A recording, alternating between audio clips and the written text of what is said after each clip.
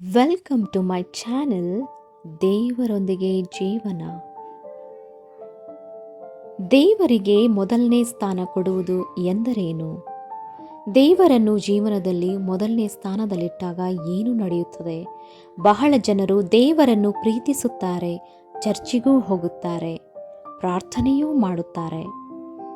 ಆದರೆ ದೇವರು ನಿಜವಾಗಿಯೂ ನಮ್ಮ ಜೀವನದಲ್ಲಿ ಮೊದಲ ಸ್ಥಾನದಲ್ಲಿದ್ದಾನೆಯೇ? ಇದು ನಮ್ಮ ಜೀವನವನ್ನು ಬದಲಾಯಿಸುವ ಪ್ರಶ್ನೆ. ಮೊದಲು ದೇವರ ರಾಜ್ಯಕ್ಕಾಗಿಯೂ ನೀತಿಗಾಗಿಯೂ ತವಕ ಪಡಿರಿ, ಇವುಗಳ ಕೂಡವೆಲ್ಲವೂ ನಿಮಗೆ ದೊರಕುವವು ಎಂದು ಬರೆದಿದೆ. ದೇವರಿಗೆ ಮೊದಲನೇ ಸ್ಥಾನ ಕೊಡುವುದು ಎಂದರೇನು? ಪ್ರತಿಯೊಂದು ನಿರ್ಧಾರಕ್ಕೂ ಮೊದಲು ದೇವರನ್ನು ಕೇಳುವುದು, ಹಣಕ್ಕಿಂತ ದೇವರನ್ನು ಮುಖ್ಯವಾಗಿ ಕಾಣುವುದು, ಜನರ ಅಭಿಪ್ರಾಯಕ್ಕಿಂತ ದೇವರ ಇಚ್ಛೆಯನ್ನು ಆಯ್ಕೆ ಮಾಡುವುದು, ಬೆಳಿಗ್ಗೆ ಮೊದಲು ದೇವರ ಸನ್ನಿಧಿಯನ್ನು ಹುಡುಕುವುದು, ಪಾಪಕ್ಕಿಂತ ಪರಿಶುದ್ಧತೆಯನ್ನು ಆಯ್ಕೆ ಮಾಡುವುದು. ಬಹಳ ಜನರು ನಮಗೆ ಸಮಯವಿಲ್ಲ ಎನ್ನುತ್ತಾರೆ. ಆದರೆ ಸತ್ಯ ಏನೆಂದರೆ, ನಾವು ಪ್ರಾಮುಖ್ಯತೆ ಕೊಟ್ಟರೆ ಯಾವಾಗಲೂ ಸಮಯ ಸಿಗುತ್ತದೆ.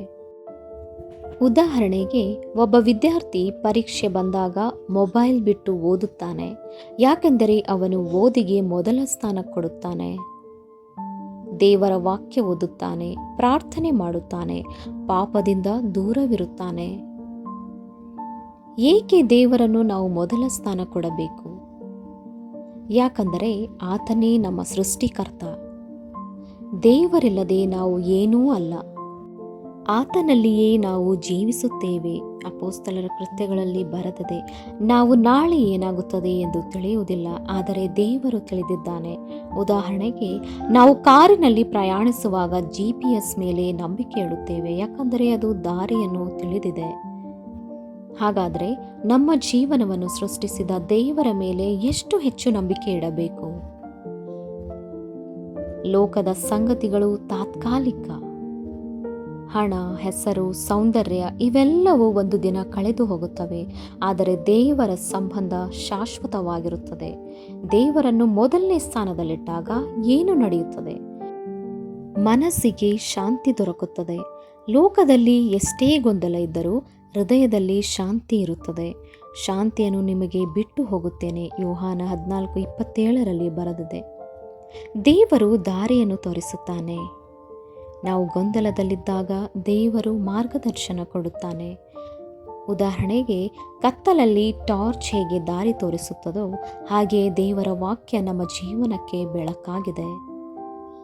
ಅನಾವಶ್ಯಕ ಅಥವಾ ಕೆಟ್ಟ ಸಂಬಂಧಗಳಿಂದ ದೇವರು ರಕ್ಷಿಸುತ್ತಾನೆ. ದೇವರನ್ನು ನಾವು ಮೊದಲ ಸ್ಥಾನ ಕೊಟ್ಟಾಗ ತಪ್ಪು ಸ್ನೇಹ, ಪಾಪದ ಸಂಬಂಧ, ಕೆಟ್ಟ ಅಭ್ಯಾಸಗಳಿಂದ ದೇವರು ದೂರ ಇಡುತ್ತಾನೆ. ಆಶೀರ್ವಾದ ಬರುತ್ತದೆ. ಆಶೀರ್ವಾದ ಎಂದರೆ ಹಣ ಮಾತ್ರ ಅಲ್ಲ, ಆರೋಗ್ಯ, ಶಾಂತಿ, ಕುಟುಂಬದ ಸಂತೋಷ, ಆತ್ಮೀಕ ಬೆಳವಣಿಗೆ, ದೇವರ ಸನ್ನಿಧಿ ಇವು ದೊಡ್ಡ ಆಶೀರ್ವಾದಗಳಾಗಿವೆ.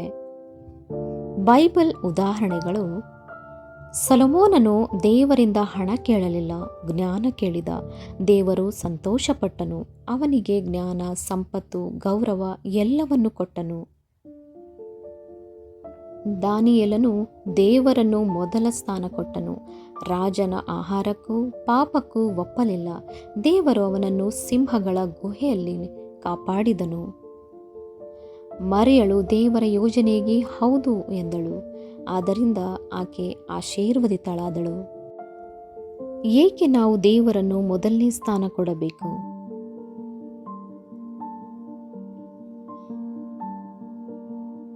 ಬೆಳಿಗ್ಗೆ ಪ್ರಾರ್ಥನೆ, ದಿನವನ್ನು ದೇವರೊಂದಿಗೆ ಆರಂಭಿಸಬೇಕು. ಬೈಬಲ್ ಓದಬೇಕು. ದೇವರ ವಾಕ್ಯ ಆತ್ಮೀಯ ಆಹಾರವಾಗಿದೆ. ಪಾಪದಿಂದ ದೂರವಿರಬೇಕು.